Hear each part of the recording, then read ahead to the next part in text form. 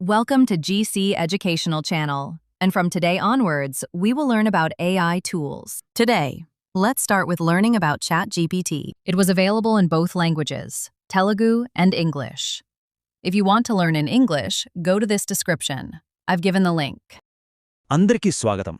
కొద్ది కాలం క్రితం ఒక వైరల్ చాట్బాట్గా మనందరికీ పరిచయమైన చాట్ జీపీటీ ఇప్పుడు మన డిజిటల్ ప్రపంచంలో ఒక ప్రాథమిక టెక్నాలజీగా మారుతోంది చూడటం నిజంగా అద్భుతం.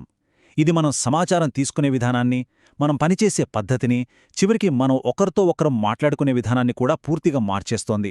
సో, ఈరోజు మన విశ్లేషణలో చాట్ జీపీటీ మన రోజువారీ జీవితంలో ఎలా ఉపయోగపడుతుందో చూద్దాం.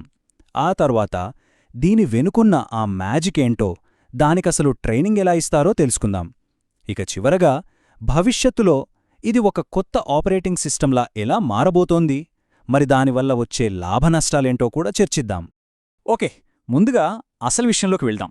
చాట్ జీపీటీ ఒక పర్సనల్ అసిస్టెంట్గా ఎందుకు ఇంత పవర్ఫుల్గా, ఇంత ఉపయోగకరంగా ఉందో చూద్దాం.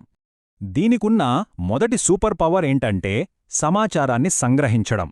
అంటే గంటల తరబడి చదవాల్సిన 100 పేజీల డాక్యుమెంట్లు అయినా, లేదా చూడాల్సిన పొడవైన వీడియోలు అయినా ఇది క్షణాల్లో మనకు సారాంశం అందిస్తుంది. ఉదాహరణకి, ఒక గంట యూట్యూబ్ వీడియోలోని ముఖ్యాంశాలు మనకు కేవలం కొన్ని సెకండ్లలో తెలిసిపోతాయి. ఇక రెండవది, ఇది మనకు ఒక పర్సనల్ ట్యూటర్లా పనిచేస్తుందన్నమాట. గిటార్ వాయించడం నేర్చుకోవాలన్నా, స్పానిష్ లాంటి కొత్త భాష నేర్చుకోవాలన్నా, లేదా ఏదైనా కష్టమైన మ్యాథ్స్ ప్రాబ్లం సాల్వ్ చేయాలన్నా ఇది మనకు స్టెప్ బై స్టెప్ గైడెన్స్ ఇవ్వగలదు. ఇంకా మూడో పాయింట్ ఏంటంటే, ఇదొక అద్భుతమైన ప్లానర్.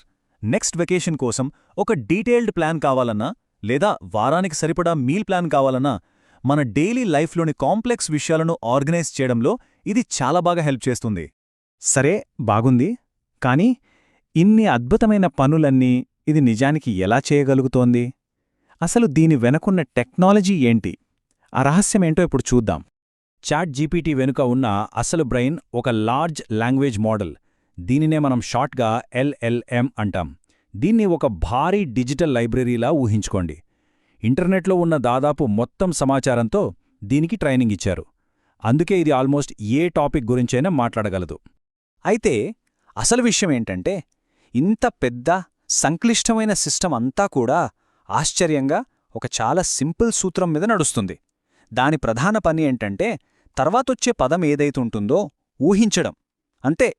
ఇదెలా పనిచేస్తుందంటే, ఫర్ ఎగ్జాంపుల్, ఒక వాక్యం క్వాంటమ్ మెకానిక్స్ అనేది అని మొదలైతే దాని తర్వాత ఏ పదం వచ్చే అవకాశం ఎక్కువగా ఉందో ఇది లెక్కిస్తుంది. బహుశా ఒక అని ఊహిస్తుంది. ఆ తర్వాత క్వాంటమ్ మెకానిక్స్ అనేది ఒక తర్వాత ఏ పదం వస్తుందో ఊహిస్తుంది. భౌతిక శాస్త్ర శాఖ కావచ్చు. ఇలా ఒక్కో పదాన్ని జోడిస్తూ మీనింగ్ఫుల్ వాక్యాలను తయారుచేస్తుంది. సరే, కేవలం పదాలను ఊహించటం ఒకెత్తు. కానీ ఇది మనతో ఎంత బాగా, సహాయకరంగా సంభాషణ ఎలా జరపగలుగుతోంది? దీనికి ట్రైనింగ్ ఎలా ఇస్తారు? ఇది 3 దశల ప్రక్రియ అన్నమాట. ఫస్ట్, మనుష్యులు కొన్ని మంచి సంభాషణలను ఉదాహరణలుగా ఇస్తారు. రెండవ దశలో AI ఇచ్చే సమాధానాలకు మనుష్యులు రేటింగ్ ఇస్తారు. ఏది బెస్ట్, ఏది వర్స్ట్ అని. ఇక చివరిగా ఆ రేటింగ్స్ ఆధారంగా ఆ మోడల్ తనను తాను మెరుగుపరుచుకుంటుంది. ఈ ప్రాసెస్ వల్లే అది మనకు ఉపయోగపడేలా సేఫ్గా ఉంటుంది. దీన్ని ఇంకా సింపుల్గా అర్థం చేసుకోవాలంటే, ఒక మంచి షెఫ్ని ఉదాహరణగా తీసుకుందాం. మొదట అతను వంటల పుస్తకాల నుండి నేర్చుకుంటాడు. కానీ కస్టమర్ల ఫీడ్బ్యాక్ తీసుకున్న తరువాతే ఏ వంటకాలు నిజంగా టేస్టీగా ఉన్నాయో తెలుసుకుని కాలక్రమేణా ఒక మాస్టర్ షెఫ్ అవుతాడు. సరిగ్గా ఇలాగే AI కూడా మనుషుల ఫీడ్బ్యాక్ తీసుకుని నేర్చుకుంటుంది. ఇప్పటివరకు చూసింది ఒకెత్తు, కానీ ఫ్యూచర్ ఇంకో లెవెల్. ఈ టెక్నాలజీ కేవలం మనకు టెక్స్ట్ ఇవ్వడమే కాదు, మన తరఫున పనులు చేసే ఒక వ్యవస్థగా మారబోతోంది. ఈ టైమ్లైన్ చూస్తే నిజంగా ఆశ్చర్యం వేస్తుంది. ఎంత వేగంగా ఇది మారుతుందో చూడండి.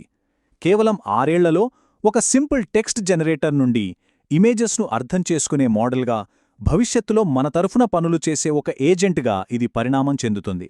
అంటే కేవలం కంటెంట్ సృష్టించడం నుండి యాక్షన్ తీసుకోవడం వైపు ఇది వెళ్తోంది.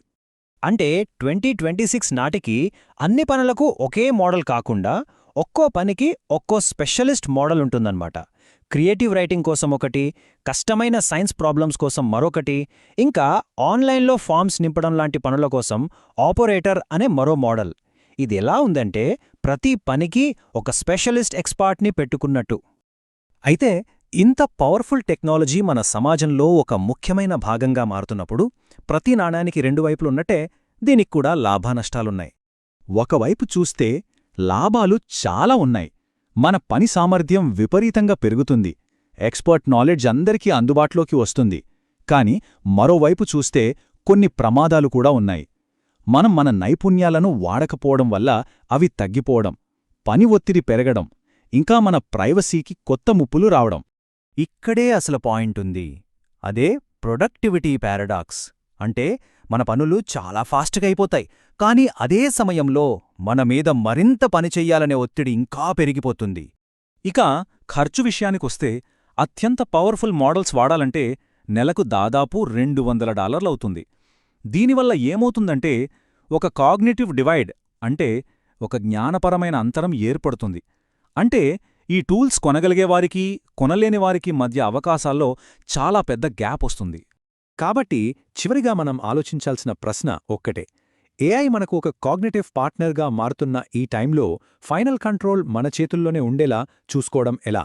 ఈ పవర్ఫుల్ టూల్స్ను మన జీవితాల్లోకి ఆహ్వానిస్తున్నప్పుడు ఇది చాలా కీలకమైన ప్రశ్న. Please like, share, and subscribe for more videos.